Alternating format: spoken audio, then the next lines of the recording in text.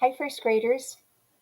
This week we're going to be reading books about night, and my first book is a nonfiction book about night animals. Where Are the Night Animals?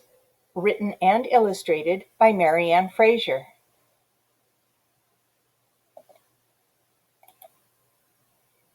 The summer moon rises over the hill.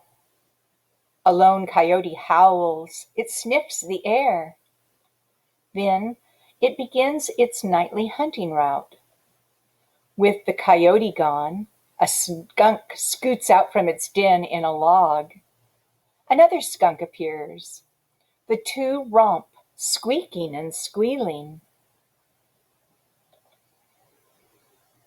They don't see the harvest mice scampering among the fallen branches, but a watchful owl does.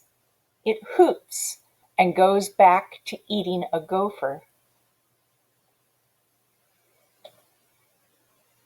The sound of the owl startles an opossum munching berries. She and her babies duck into the underbrush. Then, cautiously, she waddles to the pond for a drink.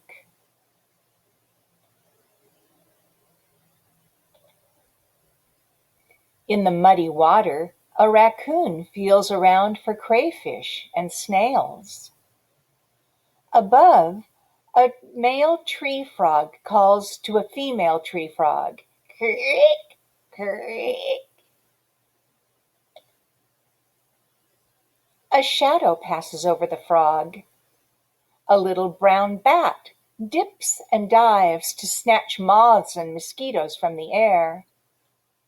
By dawn, it has eaten 1/4 of its weight in insects. The sun rises. The animals retreat to their homes. The day belongs to others. Some animals are more active during the day. They are called diurnal. Animals that are more active at night are called nocturnal. They have adapted to life in the dark. We never see most of these animals. They are hiding during the day when we are awake. With few people around after sunset, the coyote feels safe to crawl out of its den. It yips and howls. From far off, another coyote answers. A skunk peeps out from its den and sees a beetle. It bounds toward the insect. The skunk's black and white fur blends in with the dark night. Many night creatures are black or gray. These colors make it hard for their enemies to see them. The coyote does not see the skunk, but its sensitive nose smells it. The coyote moves too close, and the skunk sprays it in the face with a foul-smelling oily fluid. With a yelp, the coyote runs away. The harvest mice in the grass ignore the sharp odor. They scurry about looking for seeds. Their whiskers and fur help them feel their way in the dark. Their shrill squeaks to each other are hard for humans to hear, but not for the barn owl, who is wide awake and listening. The owl swoops down from its perch. Like all barn owls, one of its ears is lower than the other. This helps the owl find the source of the squeaks. Its extra large eyes guide its attack. The owl snatches up a mouse in its sharp claws. Then it lands on some grapevines that ramble over a fence. The opossum family is feasting on the grapes. Opossums cannot run quickly to escape their enemies, such as coyotes. They must look for food while under the cover of darkness. An anxious baby opossum sees the owl and tumbles from its mother's back. It lands beside the pond, unhurt, and climbs back up to safety. The raccoon comes to the pond every night. Many nocturnal animals are creatures of habit. Visiting the same spots each night makes it easier for them to travel in the dark. The raccoon snatches a crayfish from the pond. Then it dashes off with its meal through some reeds.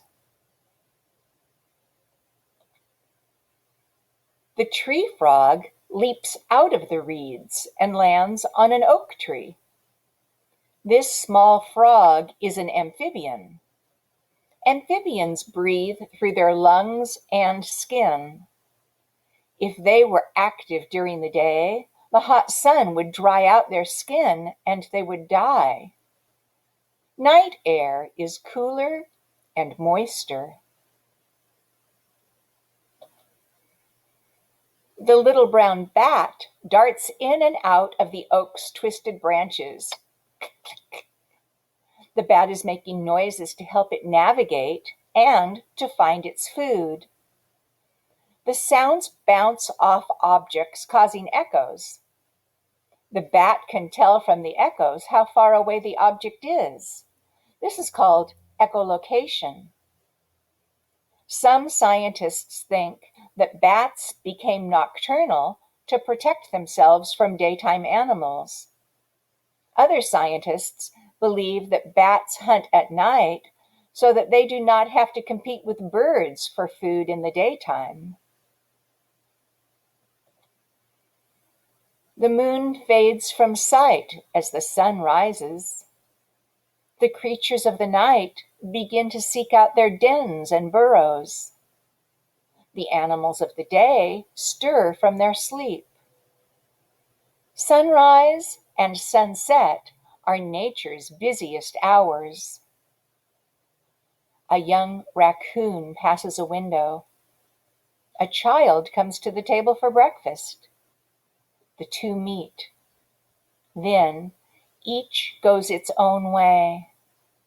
The night shift ends and the day shift begins.